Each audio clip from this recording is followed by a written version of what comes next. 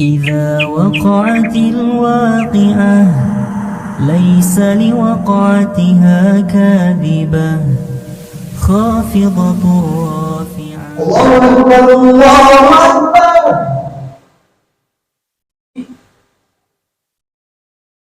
الله أكبر الله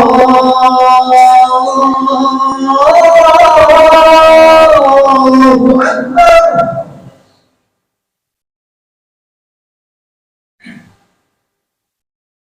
أشهد أن لا إله إلا الله.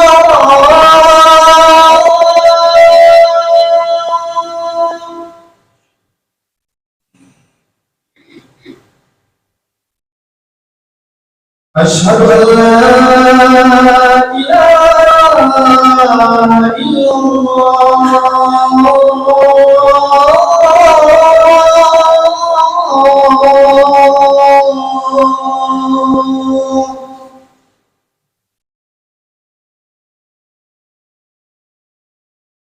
أشهد أن محمدا رسول الله.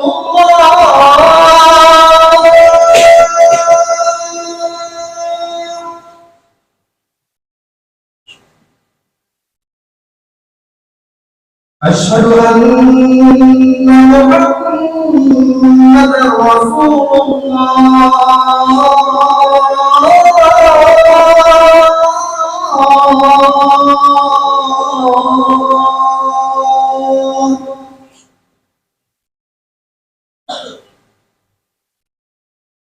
حي على الصلاة.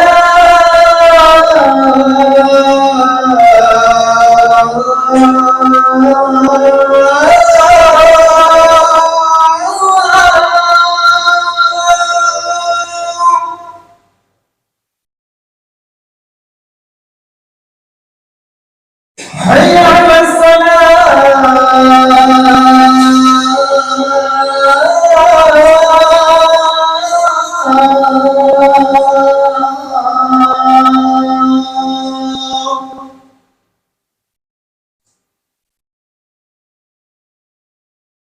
حي على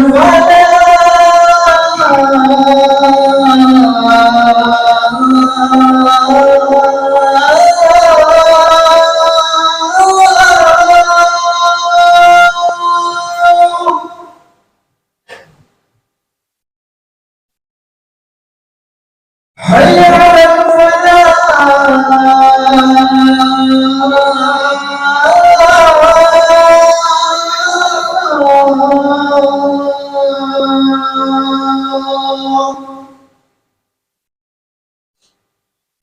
الله أكبر الله أكبر. لا إله إلا الله.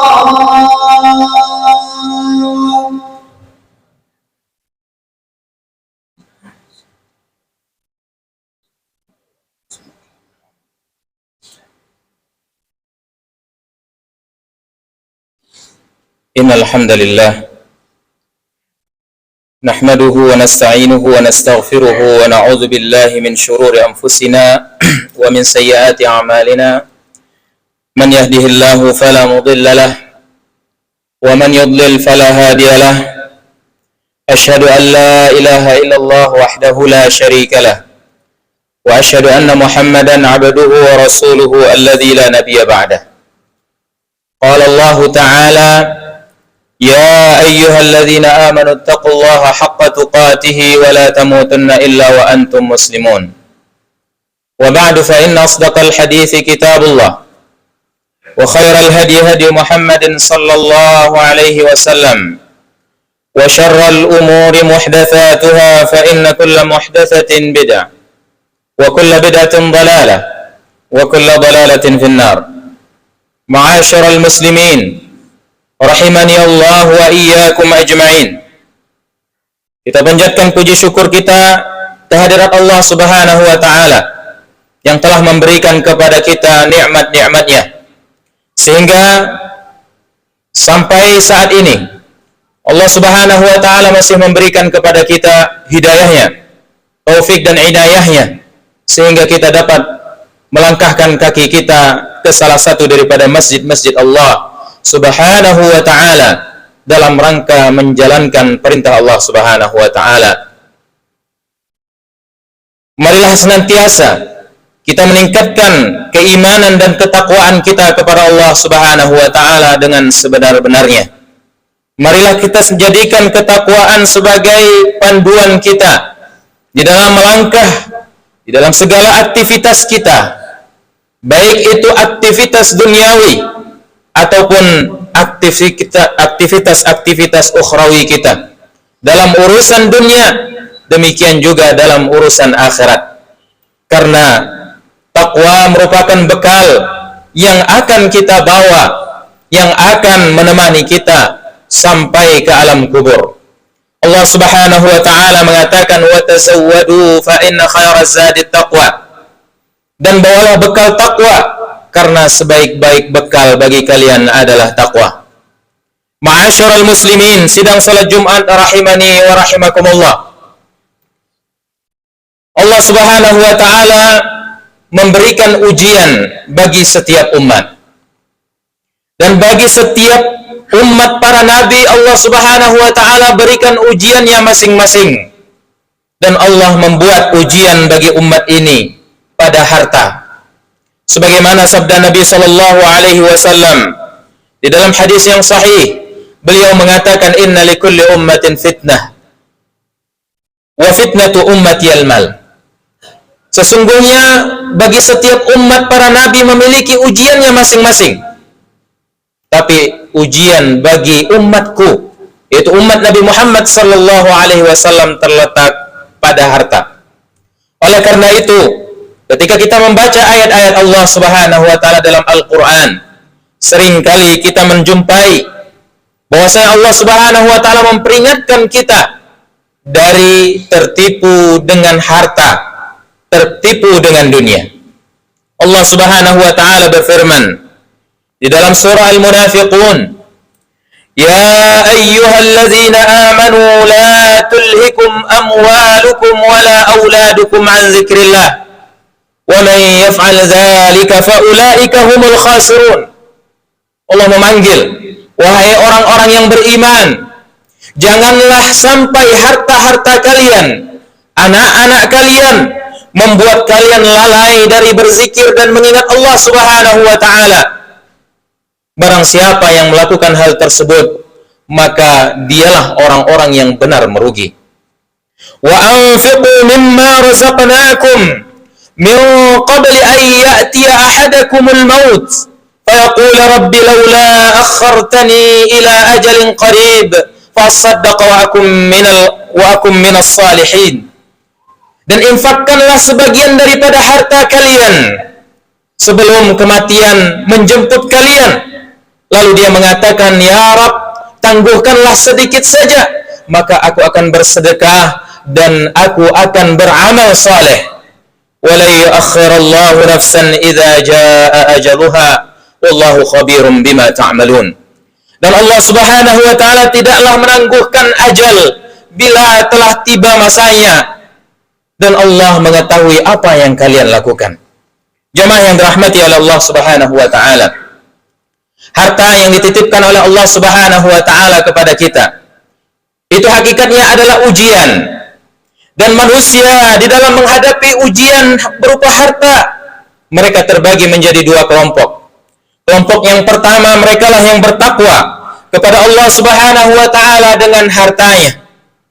Sehingga tatkala dia mengumpulkan harta, maka dia lihat apakah di dalamnya mengandung keridhaan Allah, maka dia laksanakan, maka dia ambil harta itu dengan cara yang halal.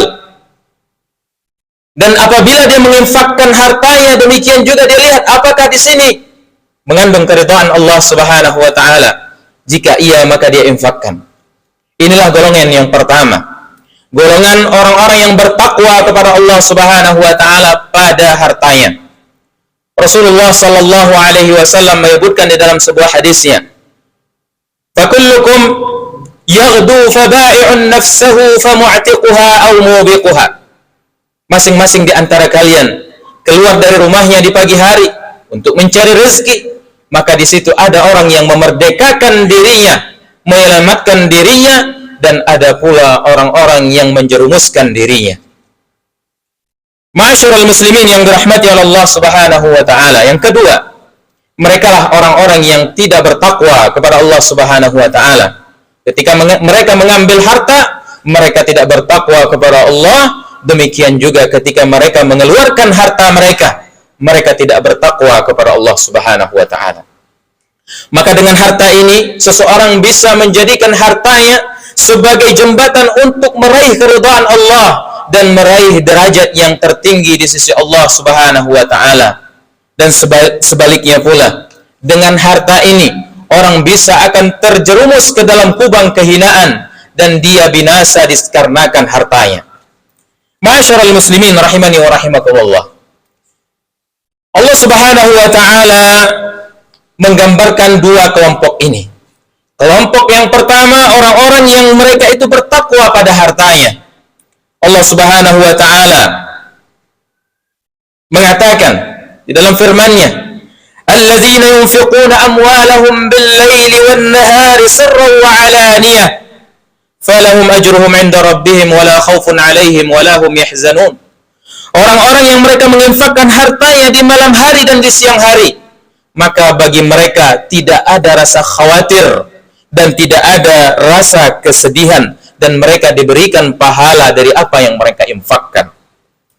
Lihat, di sini Allah Subhanahu wa taala memberikan kabar gembira bagi orang-orang yang bertakwa kepada Allah di dalam urusan hartanya.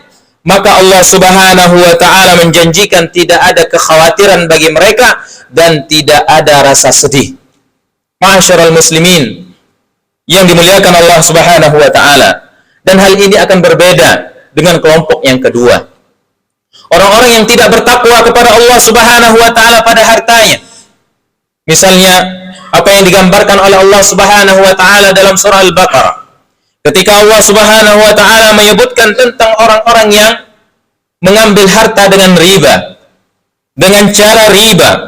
Allah Subhanahu wa taala mengatakan, "Allazina ya'kuluna ar-riba la yaqumuna illa kama yaqumu alladhi yatakhabbathu asy-syaitanu minal mas. Dzalika bi annahum qalu innamal bay'u mithlu ar-riba wa ahallallahu al-bay'a wa harrama ar-riba." Allah mengatakan yang artinya orang-orang yang mereka memakan riba di hari kiamat kelak, mereka tidaklah dibangkitkan kecuali seperti keadaan orang-orang yang dirasuki oleh syaitan. Hal itu dikarenakan mereka mengatakan jual beli itu sama dengan riba. Allah membantah, wa ahallallahu al-bay'a wa harrama ar-riba. Allah menghalalkan jual beli dan Allah Subhanahu wa taala mengharamkan riba. Orang-orang yang mereka tidak bertakwa di dalam mengambil hartanya, di dalam mengumpulkan hartanya, dan juga di dalam mengeluarkan dan menginfakkan hartanya, membelanjakan hartanya, Allah gambarkan seperti orang-orang yang dirasuki oleh syaitan.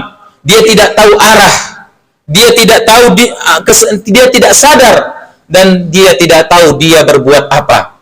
Itulah orang-orang yang dirasuki oleh syaitan, yang Allah Subhanahu wa taala bangkitkan nanti di hari kiamat, orang-orang yang memakan riba dalam keadaan yang sangat menghinakan.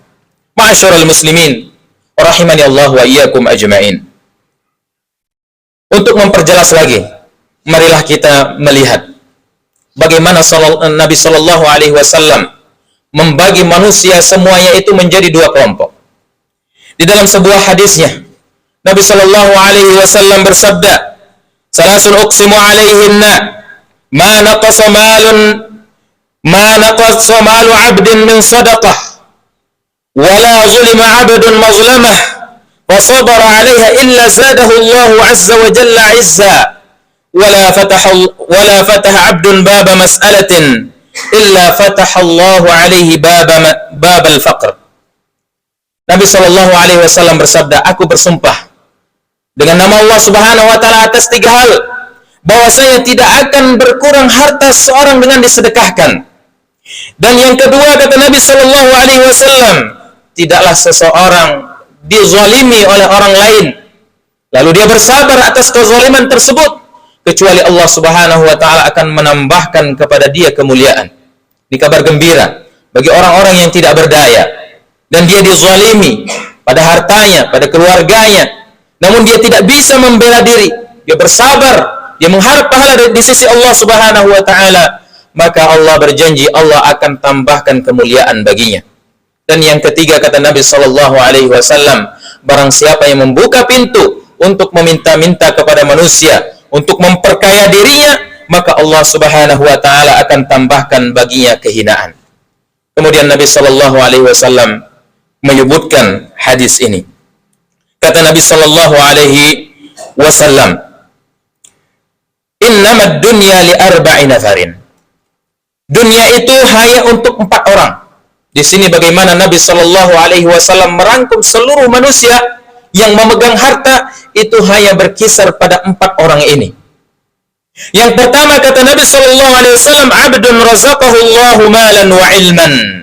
Orang yang Allah berikan rezeki, yaitu harta, dan Allah berikan kepada dia ilmu. Dia memiliki harta, Allah amanahkan kepada dia harta, juga Allah Subhanahu wa taala ajarkan kepada dia ilmu. Dia tahu mana yang halal, mana yang haram. Ketika dia bekerja, dia tahu mana yang harus diambil, mana yang harus dia tinggalkan. Ketika dia keluarkan hartanya, kemana dia harus dia infakkan, dia tahu itu. Ya, maka fahuwa yattaqi fihi rabbahu, dia bertakwa dengan hartanya, dan dia menyambung silaturahmi dengan hartanya, dan dia juga tidak lupa atas hak Allah. Harta yang harus dizakati, maka dia keluarkan zakatnya. Fahadza bi afdalil manazil. Orang ini adalah orang yang paling tinggi derajatnya di sisi Allah Subhanahu wa taala. Jadi orang yang Allah berikan harta dan orang itu juga diberikan oleh Allah Subhanahu wa taala ilmu, maka dengan hartanya dia infakkan di jalan Allah, di jalan-jalan yang Allah Subhanahu wa taala ridai. Maka inilah orang yang paling afdal. Dan yang kedua, ini sama dengan yang pertama, kata Nabi sallallahu alaihi wasallam, orang yang kedua ini dia tidak diberikan oleh Allah harta. Hartanya tidak ada, fakir. Sama seperti orang-orang fakir yang lainnya. Juga namun Allah Subhanahu wa taala memberikan kepada dia ilmu. Dia tahu mana halal, mana haram. Dia tahu harus menginfakkan harta kemana. Ketika dia melihat ada orang yang membutuhkan, dia ingin membantu mereka. Namun dia tidak memiliki harta. Hartanya tidak ada, tetapi dia memiliki apa? Memiliki ilmu tentang halal dan haram. Dia memiliki ilmu tentang ad-din, agama. Lalu dia berkata, andai aku punya harta seperti fulan, orang yang kaya raya itu yang berinfak dengan hartanya, maka aku akan berinfak dan akan melakukan seperti apa yang dilakukan oleh fulan. Kata Nabi sallallahu alaihi wasallam, maka keduanya sama. Pahala keduanya sama, subhanallah. Dia nggak punya harta, tapi dia punya keinginan karena dia memiliki ilmu, ya, punya keinginan untuk berbuat baik, untuk membantu, untuk berinfak. Kata Nabi Shallallahu Alaihi Wasallam, keduanya adalah sama. Jadi orang yang fakir dengan niatnya berdasarkan kepada ilmu yang dia miliki, kemudian dia ingin berbuat baik seperti orang-orang yang berbuat baik dengan hartanya, maka pahalanya di sisi Allah Subhanahu wa taala sama, kata Nabi sallallahu alaihi wasallam. Maka inilah golongan yang pertama, yaitu orang-orang yang bertakwa kepada Allah Subhanahu wa taala dengan hartanya, sehingga dengan hartanya ini dia bisa mencapai derajat yang tinggi di sisi Allah Subhanahu wa taala. Dia bisa masuk ke dalam setiap pintu-pintu kebaikan, maka dia ada di sana. Maka inilah orang yang sangat beruntung, yang kata Nabi sallallahu alaihi wasallam bi afdali al manazil. Aqulu ma sami'tum wa astaghfirullah li wa lakum wa lisairil muslimina min kulli dhanb fastaghfiruhu innahu huwal ghafurur rahim.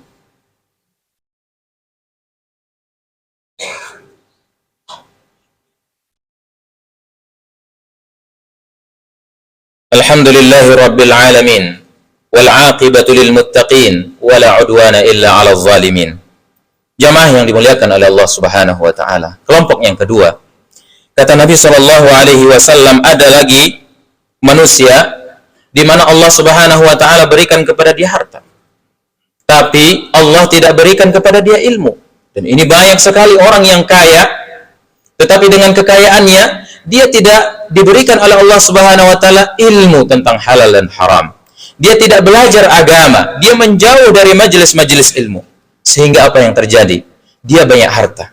Dengan hartanya ini, dia infakkan hartanya ini, dia belanjakan hartanya ini kepada perkara-perkara yang diharamkan. Dia tidak bertakwa kepada Allah Subhanahu wa taala dalam hartanya, tidak menyambung silaturahmi, tidak membayar zakat.